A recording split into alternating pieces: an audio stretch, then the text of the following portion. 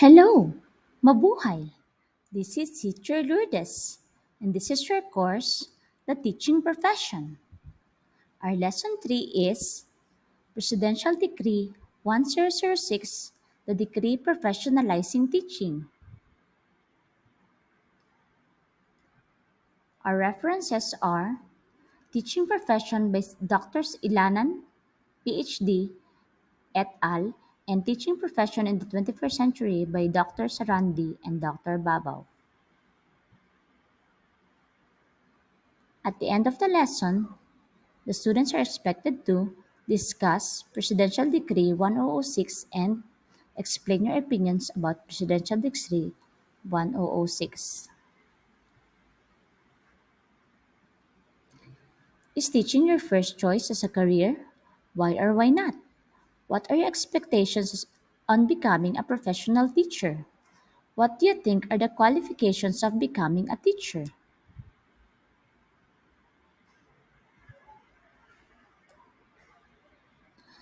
Presidential Decree 1006, or the Decree Professionalizing Teaching. The state policy on teacher education as declared in PD 1006 is: it is hereby declared a policy that teacher education shall be given primary concern and attention by the government and shall be of the highest quality and strongly oriented to Philippine conditions and to the needs and aspirations of the Filipino people, even as it seek enrichment from adaptable ideas and practices of other people. Presidential Decree 1006 created the National Board for Teachers, or NBT, with the following members: the Secretary of Education, Chairman of the Civil Service Commission as co-chairman, Commissioner from PRC, and two members representing the private sector appointed by the President. The powers and duties of the National Board for Teachers are the following: A.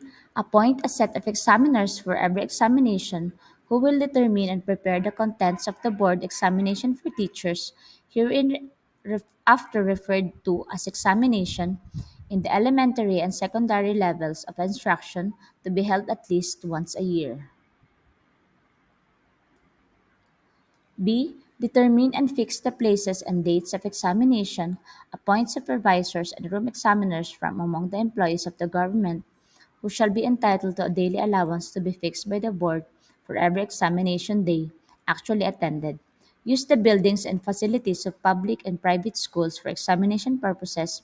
Approve applications to take examination and approve the release of examination results.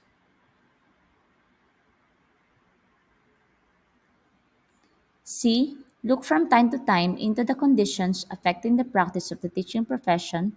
Adopt such measures as may be deemed proper for the enhancement of said profession and/or maintenance of the professional standards and ethics. D. Issue, suspend, revoke, replace, or reissue professional teacher certificate and administer oaths. E. Appoint, subject to provisions of existing laws, such officials and employees as are necessary in the effective performance of its functions and responsibilities, prescribe their duties and affix their compensation. F. Prescribe and collect examination and other fees as it may deem proper. And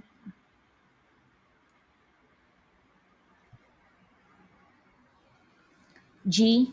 Promulgate rules and regulations and exercise such other powers, functions, and duties as may be necessary to carry into effect the purpose of this decree.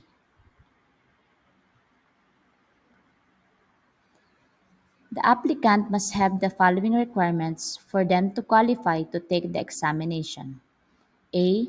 Have been engaged in teaching for at least 5 years in schools in the Philippines not organized exclusively for nationals of a foreign country.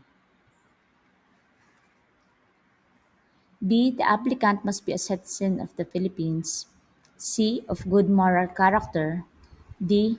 Free from any physical and/or mental defect which will incapacitate him to render efficient service. And E.